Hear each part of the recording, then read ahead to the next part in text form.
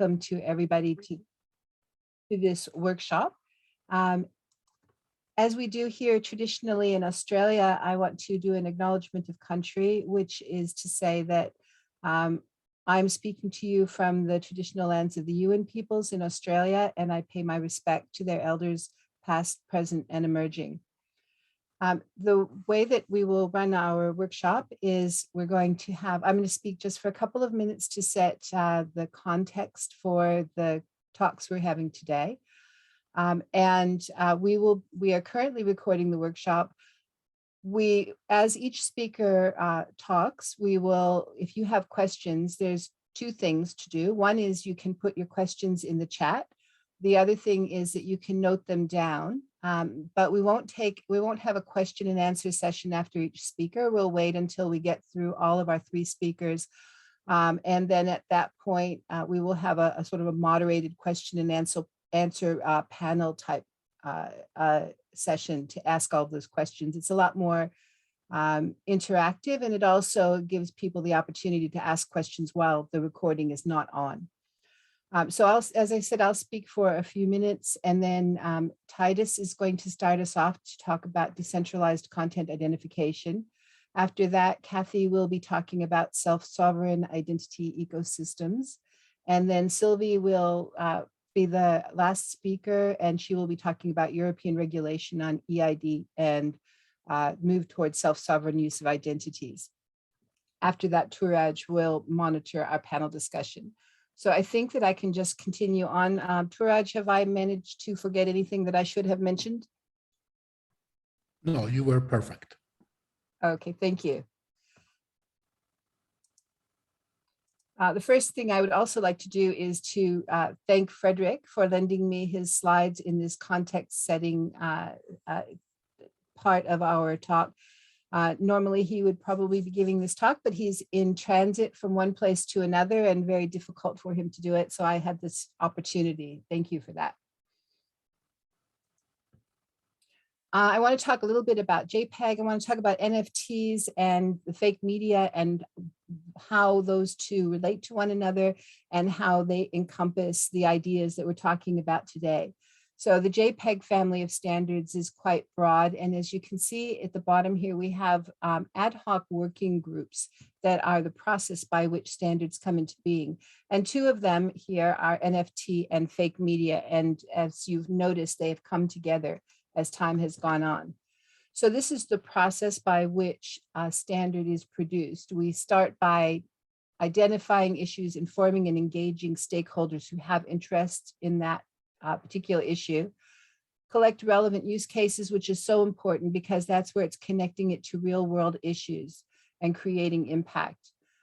We then move on to assessing and organizing those use cases and using them to develop what requirements we need in order to define what it is that we are attempting to achieve and to issue a call for proposals in respect of that issue and the requirements that have been identified. And this is where we are with both of these subjects. The fake media issue is something that's been in train for a very long time now, I think about 3 or more years at this point. And a call for proposals in respect of it has already been issued. And in the meantime, we had been working on NFT, the idea of NFTs and how that related to JPEG, and found that it also related to fake media. So that's a much younger process. We're still in the process of identifying relevant use cases and working out how to put those together. Everybody's here, I'm sure, quite familiar with the notion that media is being increasingly manipulated in much more powerful ways. So we started with something where a person with a lot of skill in photographic negatives, chemicals, exposures, etc., takes a conventional photograph and modifies it right through to the present day, where we have this notion of deep fakes that is starting to rear its head, something that we really have a problem identifying in terms of working out whether or not we're watching a video that is by a particular person or whether it's a deep fake. So this is a really, really big issue that we're continually grappling with and is getting more difficult as we go. So it's a very good thing that we're actually trying to tackle it. And of course, the impacts are dramatic in pretty much all spheres of human society. But an important distinction to make is that something being modified is not necessarily a bad thing. In many ways, they're very wonderful, creative applications that bring beauty and light to our life. And so trying to figure out how to deal with modifications that are problematic has to be balanced again against how to deal with modifications that add to the world that we live in. And as we were going, we basically identified the fact that you have modified media that is transparent, that is there for a good purpose. And then there's the issue of having modified media that is there for a bad purpose or intention.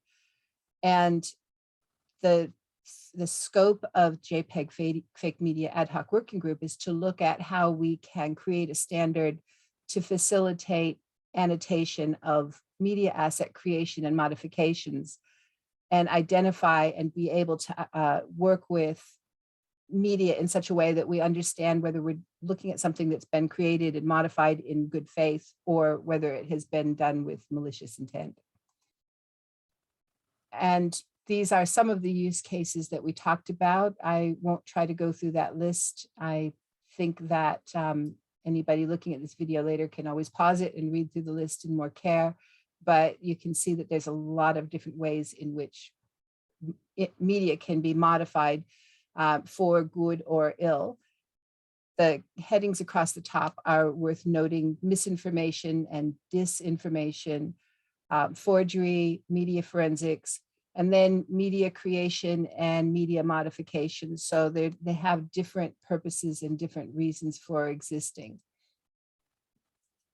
And the requirements that arose from looking at those use cases were media creation and modification descriptions, what that metadata should look like, how it's embedded and referenced, and the authenticity and integrity of the media asset and the trust model within which it lives. In looking at all of that, NFTs started coming onto the scene and raising themselves in our minds as we were going along, and we started looking at NFTs.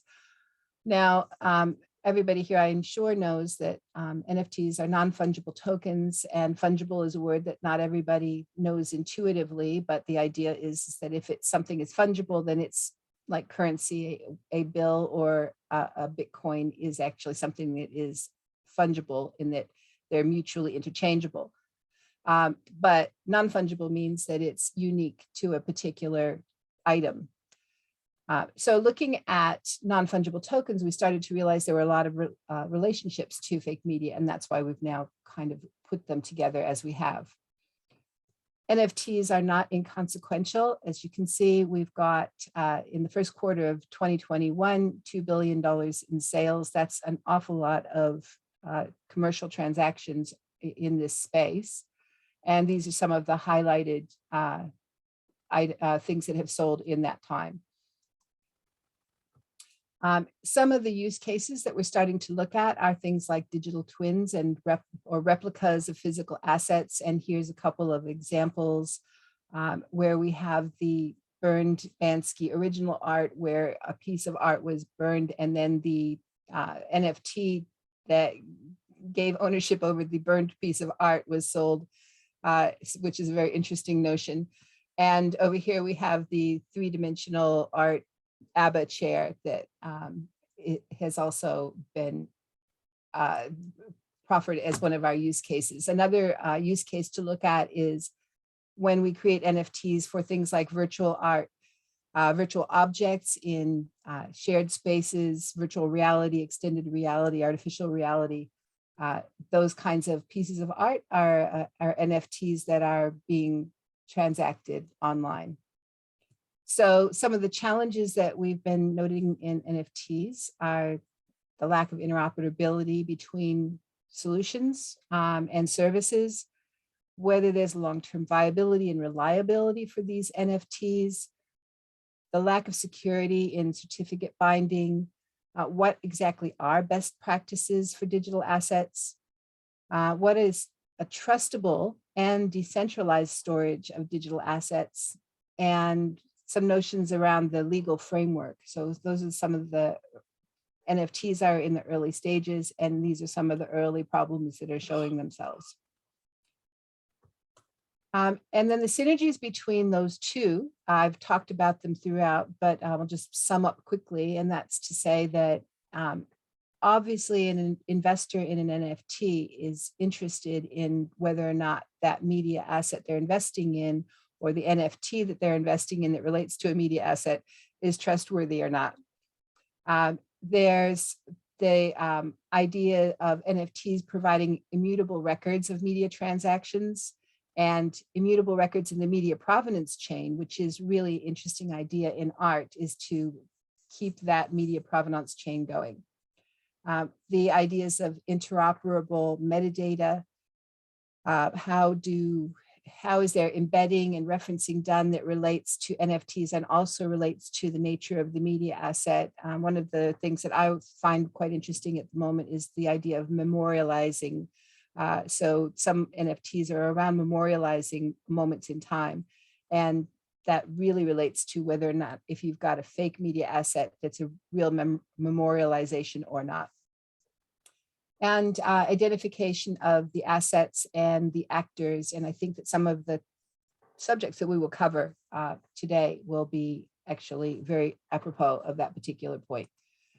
And here are some contacts that you can get a hold of us in respect of either one of these subjects. And I will stop there. And I did manage to keep that relatively close to time. So I'm going to stop sharing and turn over to Titus to start us off on our presentations. Thank you.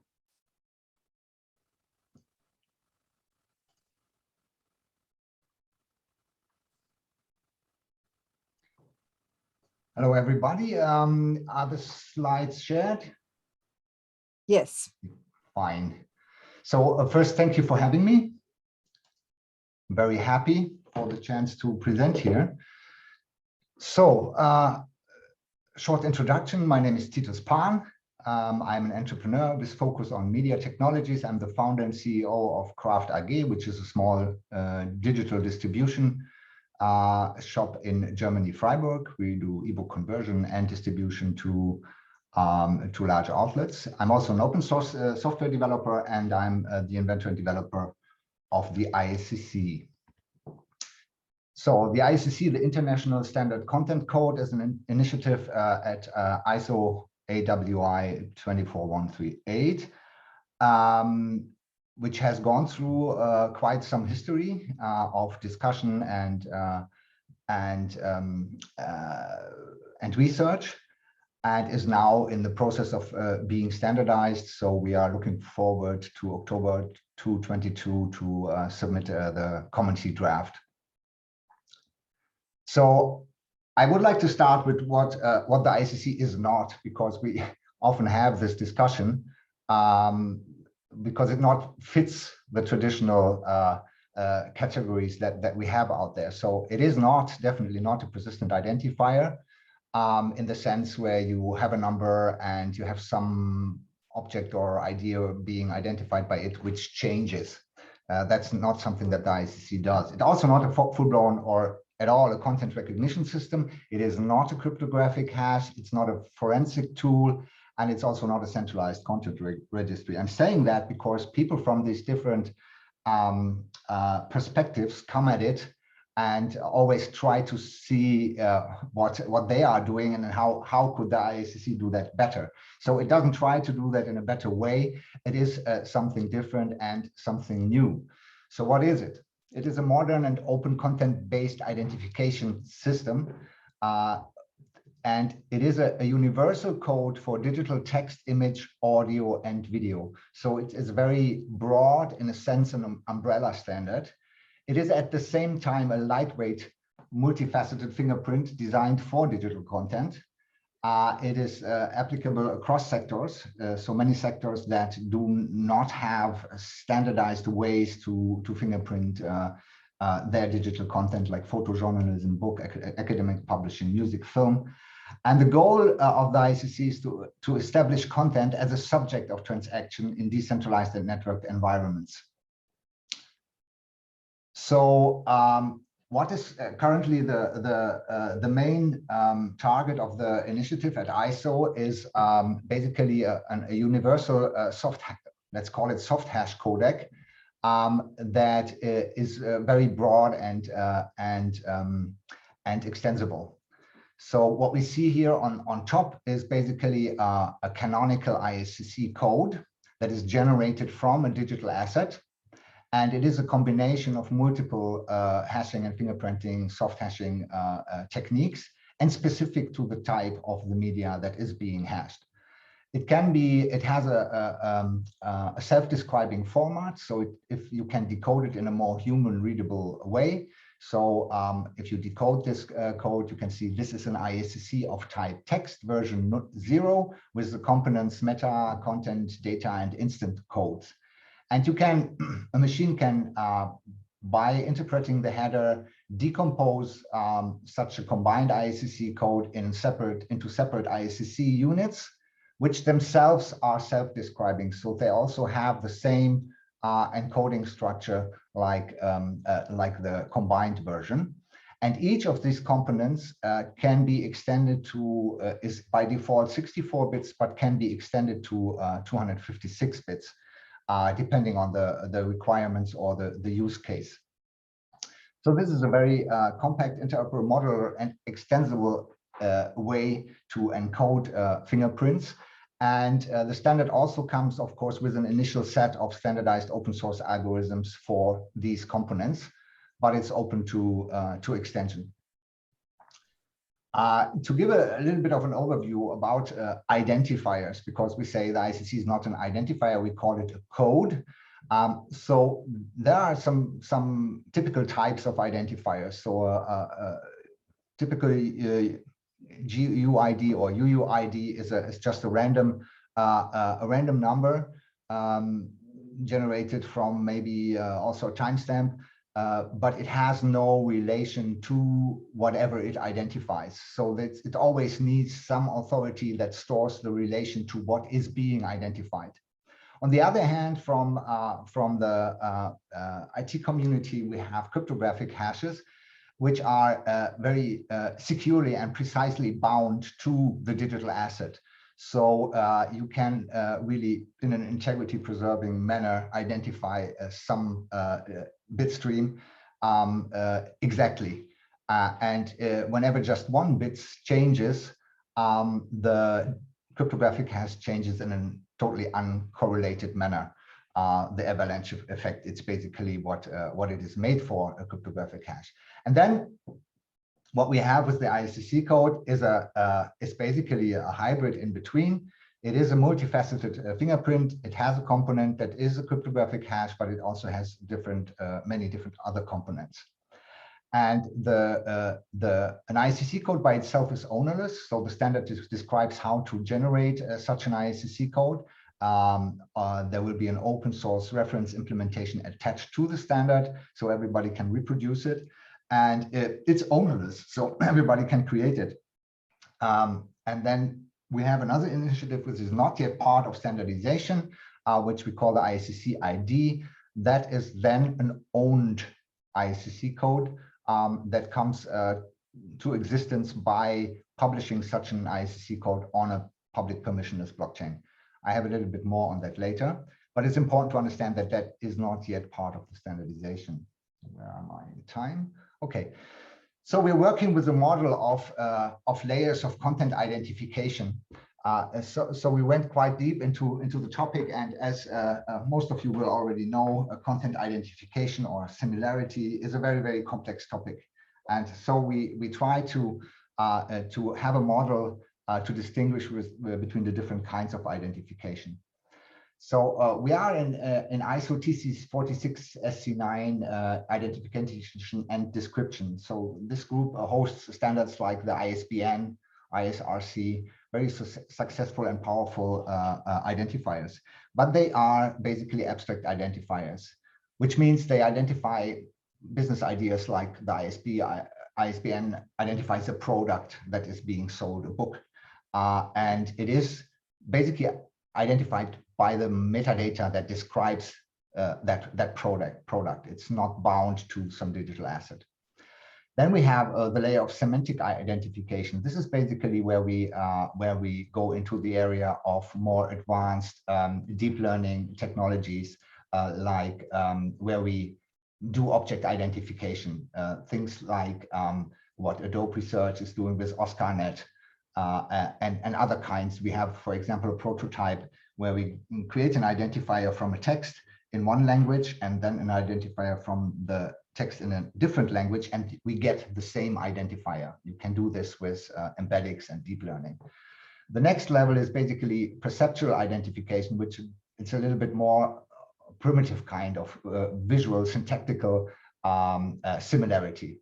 So if you say this image, for example, and you have another image of a real toucan, and it looks really different, then the perceptual identification would identify them as identical or similar, while the semantic identification would be very different. Then we have data identification, where we talk about raw data similarity without interpreting the data, and then about data verification, which is done by cryptographic hashes, and individual copies, which is basically in the digital world what we now have with NFTs. So, so the current implementation or standardization has these 4 components, where the instance code is basically the prefix of a full cryptographic hash, and the data code is a similarity over the data. So this can be used, these 2 components, or a combination of them, can be used on any kind of data. It doesn't have to be a media asset. Then we have the content code, which is media type specific. So there are different content codes for text, image, video, and audio. And we have the meta code, which is fed by metadata about an asset and creates a similarity preserving hash over the metadata. I have a short demonstration. There was an email, a review about of the Icc on the fake media mailing list, I guess, which I stated that there is no implementations for audio and video. I would like to correct that. There are actually, for all the major media types, we have implementations. And let me give you a short demo maybe. So for video, let's take a short clip of an AVI video and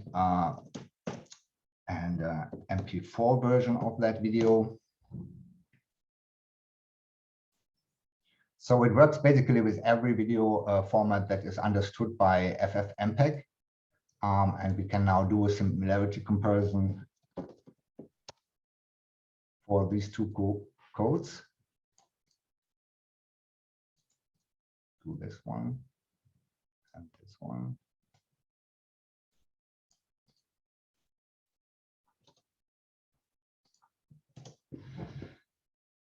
And the similarity comparison says us, okay, the metadata extracted from the asset is exactly the same, or there's zero distance in bits. The content is 0 distance in bit, of course, because the different encodings, the data is different, and also the cryptographic part of it does not match. Same for text, image, and audio. So these algorithms are not, let's say, they're all based on existing open source granular fingerprinting systems. For example, for video we are using the MP7 signature algorithm, which is supported by FFmpeg, to create a granular fingerprint from which we then, the Icc algorithm, creates this short similarity preserving code out of that. So we are building on existing systems. Basically, the first implementation of this whole thing was about only 500 lines of codes, because there's so much out there in open source, which is widely used, that we can basically use to create this. So about decentralized content identification. So the idea is that in a multi-sided ecosystem, anybody may have a legitimate interest to create, look up, or register an identifier for some content. And our premise is that authorship or copyright is not a precondition or requirement, but an identifier is a requirement to communicate and agree on authorship and copyright. So the Icc is only concerned with creating these codes in an interoperable manner, publicly maybe registering them, and creating an identifier that is owned by some identity, but the trust part of basically having an identity, a person known behind that is a layer on top of what the Icc does. So that is basically brought by certification services. It requires trusted intermediaries, and that's the Icc itself is not concerned with that. So about the decentralized registry, this is an idea and also not part of the standard yet, but we have a demo implementation where you just create an Icc code, you put it on a shared ledger, and you get an individual Icc ID, which is not created on the blockchain. It's basically created by a protocol that observes the blockchain, so outside of the blockchain, and anybody can reproduce it. That is basically the idea behind it. So you write an Icc code to some blockchain. You sign that transaction with your wallet address. You receive a timestamp. This goes through some smart contract that could be trusted. And it points to some standardized metadata, which is off-chain and cryptographically securely linked. And from here, you can link to permission data, proprietary databases, or whatever. But what we're trying to establish is a public layer that can be indexed by and verified by any party, basically. So the interesting part of the Icc is that by having these different components, you can really learn a lot. You can cluster information, and you can learn about anomalies and various other interesting things in an open and transparent way. And this is just a sample. Also, what's an important point here is because the way the system is built, you can use one kind of indexing and nearest neighbor search system where you can put all the different kinds and types of code in, so being a text, image, or audio codes. And yeah, maybe a short outlook. So the roadmap currently is the standardization of the codec and the initial algorithms, more and better demo applications than we have now, use case testing with various industries, and then open source system for efficient indexing and nearest neighbor search matching, the semantic code I've been talking about for higher level object or content recognition based matching, and the cross-chain meta registry.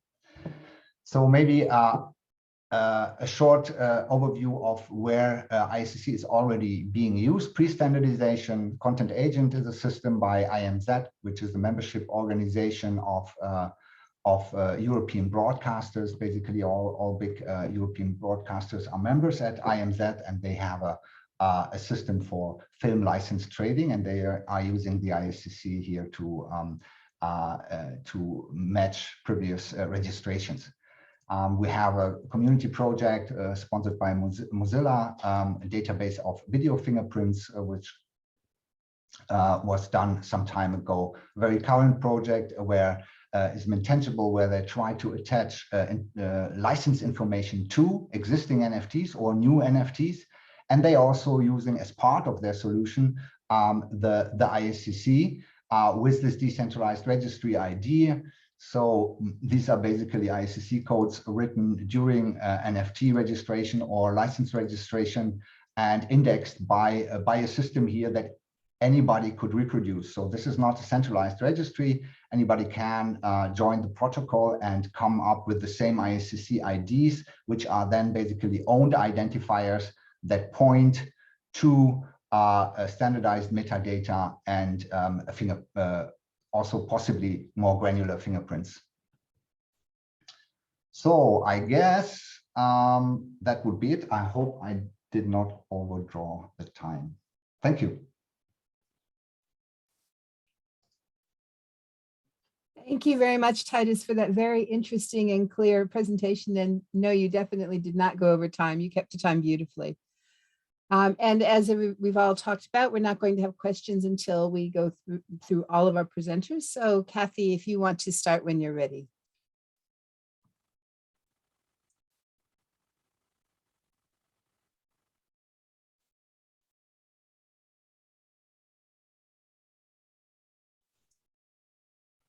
Kathy, you may not know that you're on mute.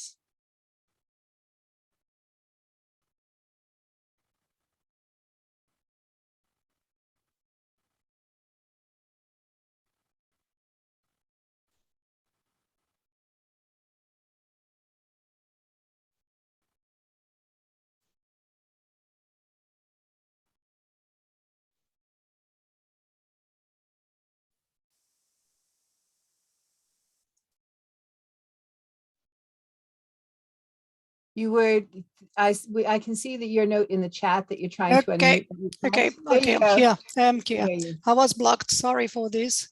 I was blocked. Okay, No problem. So maybe you can hear me now. Yes. Okay, perfect. Sorry for this. So first of all, I would like to thank you very much for your invitation. So as you mentioned at the beginning of the presentation, so the topic of this presentation will be a self-sovereign identity, or how you can gain confidence in the digital world. So hope that I can move. Okay, my slide here. Yeah, I can. So when you want to go online, as you know, you are using your smartphone, your tablet, and you just enroll yourself. We have an average of 80 different apps in our smartphone. So the burden of this is you remember 80 different passwords. This is the visible part of the iceberg. The invisible part of the iceberg is each time that you are connected, first of all, you have to enroll yourself for each application, which means that you are sharing, this is a big problem, you are sharing your personal identification information, your PII. So you are assuming that if you are sharing this PII with a bank or with the government, you don't have any data leakage. If it's for airlines or social networks, you might have more issues. So what we want to show by this is, if you want to deal with identity or with PII, and most of them with digital PII, you need to take into consideration certain constraints or certain fears. So what we did here, we interview certain stakeholders, who really interview them, citizens, government, and what we meant by global services in more private company. And what we discover is they are sharing a little bit the same concern at the different level. If we're talking about the citizen, the biggest fear of them is the lack of trust. And I was explained a little bit before, each time that you're going to access to a mobile app, you have to enroll yourself. We talked already about the data leakage, and the issue is you have one services most of the time per app. If you are going to the government side, you know that they are working today on the silo mode or on the centralized approach. You have a limited interoperability, which can be done at the state level or regional level, but the cross-border applications are very, very limited. If your digital identity application or system is not user-friendly or is very difficult to adopt, then the adoption will be very slow, and the citizen will go to another type of, I would say, type of exchange of PII. Another thing which is very important, and I will show you after, this is a really big shift for the government. They don't want to be vendor lock-in anymore. They want to go with one vendor for the platform, and after 3 years, they want to change, or they want to have or add digital security feature on top, and it needs to be interoperable. Of course, I'm not talking about the security, but the big issue that the government have is to be inclusive. I need to use the lady or the man or the 80-year-old man or lady need to be able to use it. I don't want to remove people, a fragment of my population get out of this system because they don't know how to use a smartphone. The second big issue they have is trust. If you're going to the company, they have a little bit the same concern that the government. Limited global interoperability, limited reusable of the data, the cost, of course, and they have another issue is the AML, the anti-money laundering, know your customer, or the famous GDPR or regulation. So, but everybody agree on something, is that the government needs to be the root of trust when we are talking about digital identity. This is absolutely mandatory for them. And if you are in Europe, and more specifically in Switzerland we have some votation that was last year, and 70% of the people who vote were against the project of the government, which wanted to outsource the issuance of the digital identity to private entities. So what is the better approach? When the governments want to issue a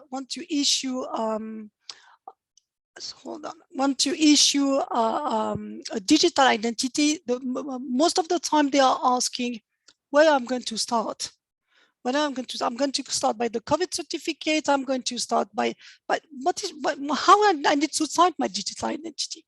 So the Federal Department of Justice and Police in Switzerland published a very, very good paper last September, and they published a kind of roadmap that they call the level of ambition.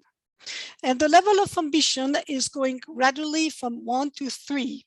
And you have here on the right side here with the where I'm putting my arrow here, you are going to start for what we call the foundational data. The foundational data is the data what's really close to you. Your date of birth, your name, the first name, your last name, your social security number. But as everybody of us are different, the more of this, we are all different citizens, you're going to live your life differently. And here on this schematic representation, you have the foundational data, but depending if you are going to be hospitalized or you're going to ask for a work permit or you are going to have access to different governmental services, you are going to add to your foundational data certain contextual data. And the mixture of two is going to be, you're going to issue contextual credentials, new credentials. How I can do this? Remember the wheel that I will show you before with the app, with the 80 different apps in your smartphone. Imagine that you have an open standard, and the open standard is an open standard coming from internet, the W3C.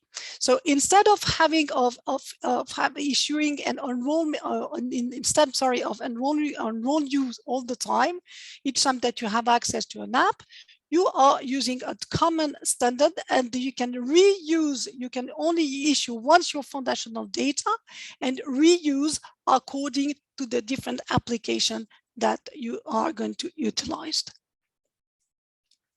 So, and how we are going to do this, I'm just putting here ministry, but you can change and put public and private organization or even another citizen.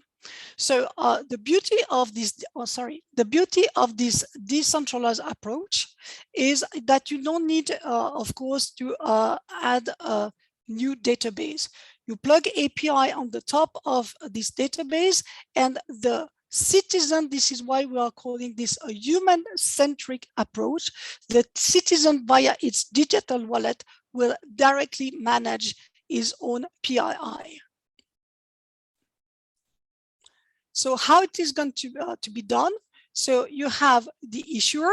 The issuer can be a government, could be a private entity. It's going to send directly to the holder in his digital wallet his information. At the same time, it's going to send a bunch of data on the decentralized ledger, such as what we call a decentralized identifier, a public key, or revocation list. And then after here, the verifier, without having a direct contact with the issuer, but as he wants to have the identity of the person as in the physical world, he's going to send a proof of request to the holder.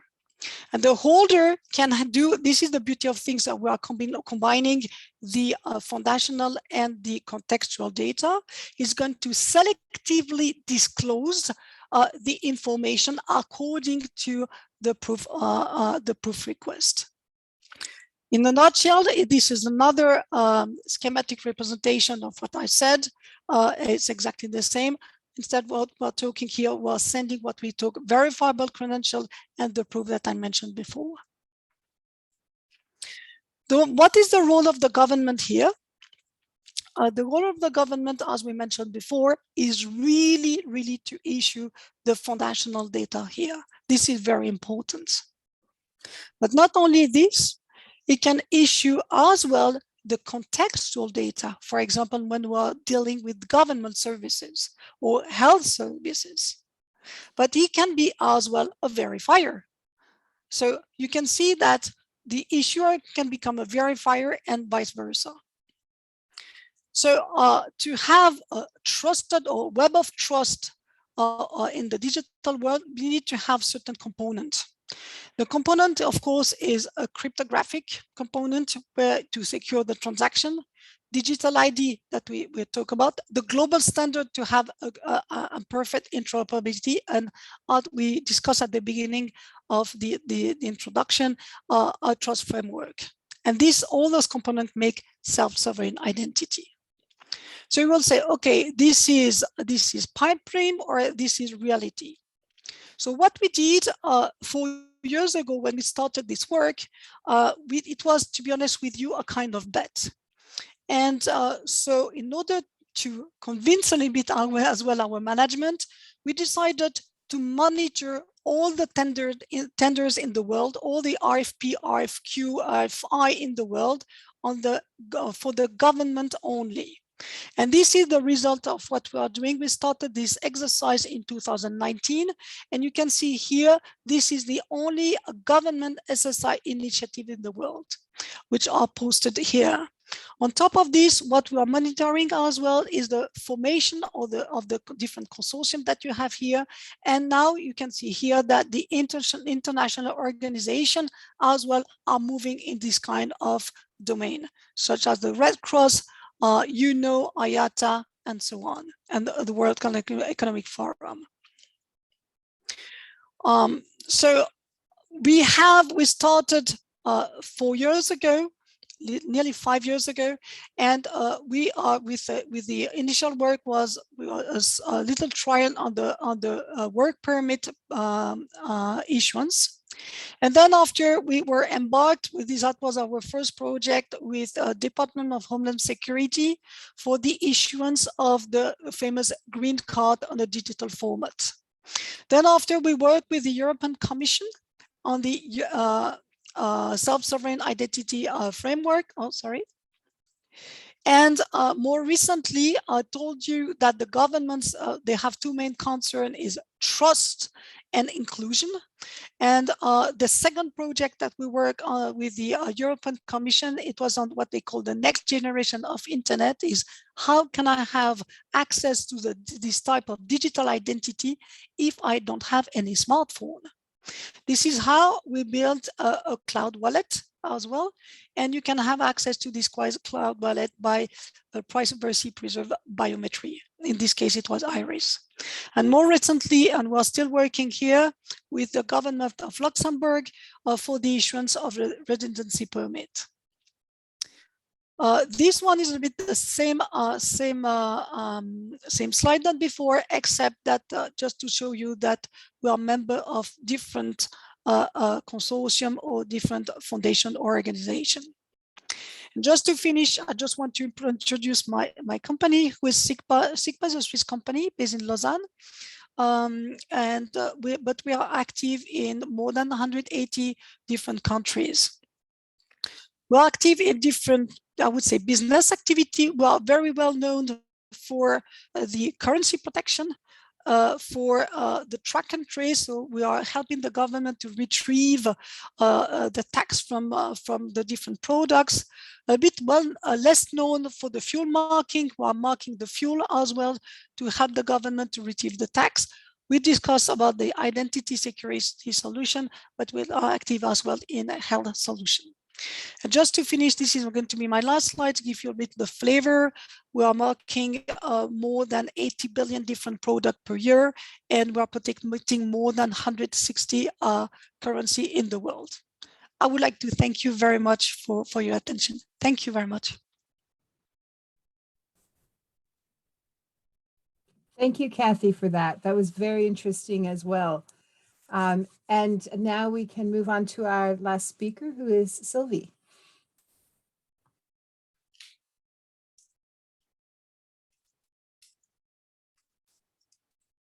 Yes. Hello, everybody. I'm Sylvie Lacroix from SILD. I thank you for your invitation today to present the European regulation on e-identification and trust services. I'm from SILD, which is a consulting company based in Belgium, which is active in electronic identification and electronic signature mainly. My presentation now will be, I think, quite complementary with Kathy's presentation. Not very technical because it's about the presentation of a regulation. And however, I think we will find quite some obvious connection with the topic of interest in your group, which are the deep fake detection and NFT, because I think they are quite complementary with this regulation because they could be used in support of the different concepts that are specified in this regulation, or on the other hand, they could also benefit from some kind of legal recognition as well. So I think there are a lot of complementarities. So the agenda today is first to present you with the eIDAS regulation as it is today. It has been published in 2014, especially for those of you who are outside Europe to have some flavor of this regulation and know what it is about. And also present you eIDAS 2B, because we are currently in a revision process for this eIDAS regulation, and you will see that there is a move towards user centricity for what regards identification and if I may say, self-sovereign identification as well. So I want to give you a more important focus on two concepts that are new in this eIDAS regulation. First, the European wallet for e-identification and signature, which aim to be a user-centric electronic identification means, and also the introduction of a new trust services, which is electronic ledger, that I think will speak to you as well. So the eIDAS regulation is, as I said, was published in 2014 and replaced the old, if I may say, directive on electronic signature dated from 1999. It is made of two pillars that are currently rather independent. First, eIDAS is ruling the trust services on one hand, and on the other hand, the issuance of eID means by the member states. And as mentioned by Kathy, it's important, I think, that this issuance of eID means is kept by member states because it's about a very important principle for the citizen that needs to be protected. Their privacy needs to be protected. But on top of this, you're going to see that we can build other services that can be issued by private sectors. So what are those trust services?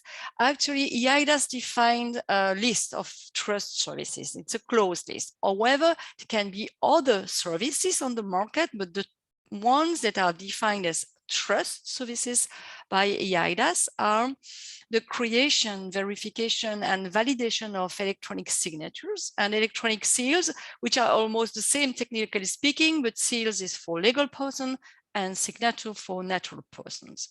Also the creation of electronic timestamp, electronic registered delivery services, and of course, all the PKI certificates related to those services. Then there is also the creation, verification, and validation of certificate for website authentication and preservation of electronic signature, seals, or certificate related to those services.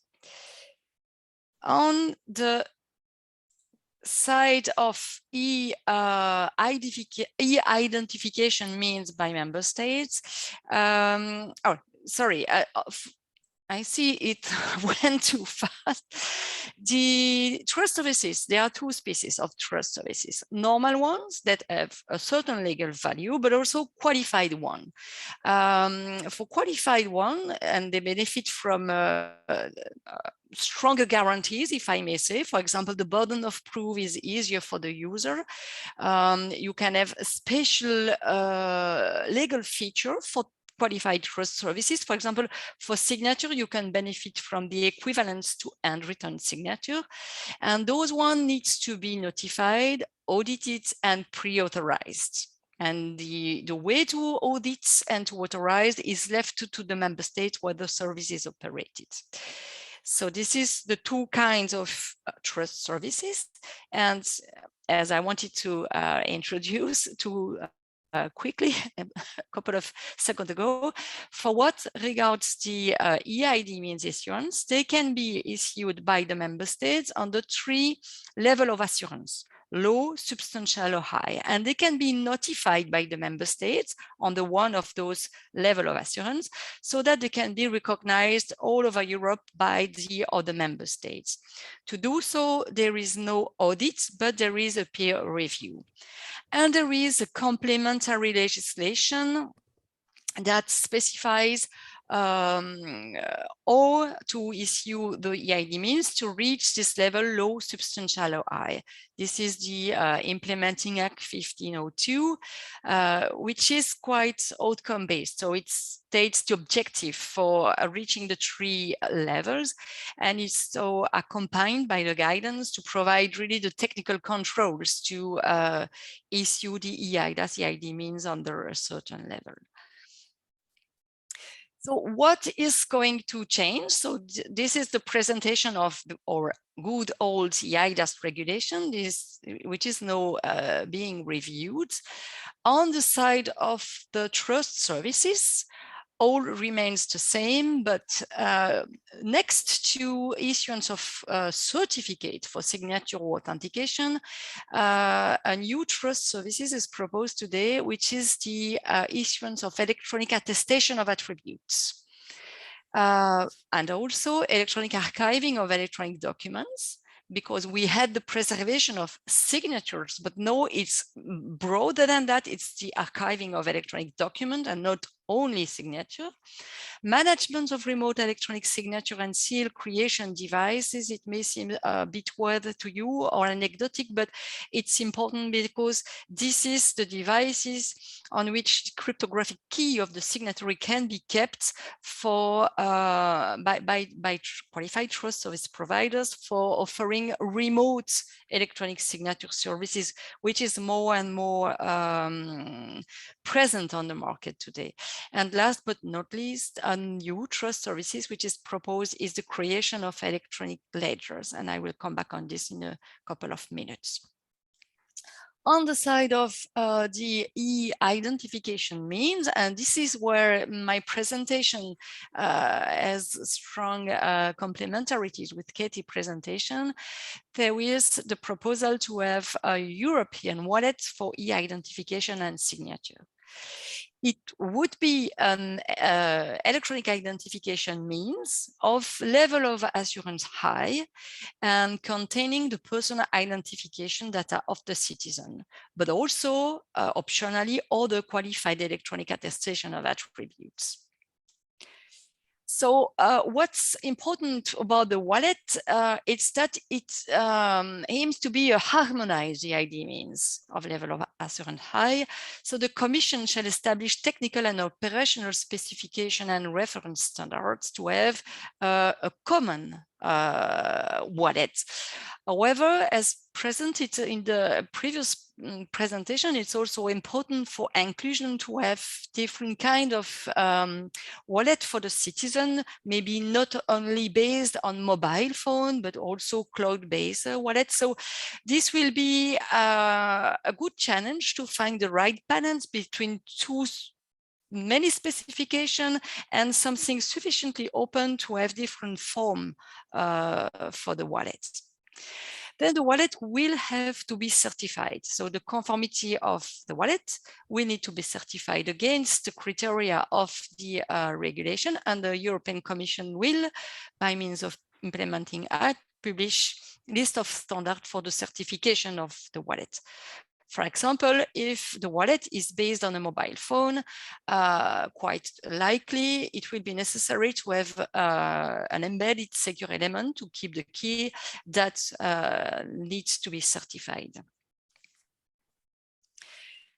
So functionally speaking, the EU digital identity wallet shall enable the user to securely request and obtain, store, select, combine, and share in a manner that is transparent and traceable by the user the necessarily legal person identification data and electronic attestation of attribute to authenticate online and offline. This is important because the purpose is to be able to authenticate online and then to log on to services, for example, but also offline without necessarily having an internet connection like we do today for presenting our COVID-safe certificate, for example.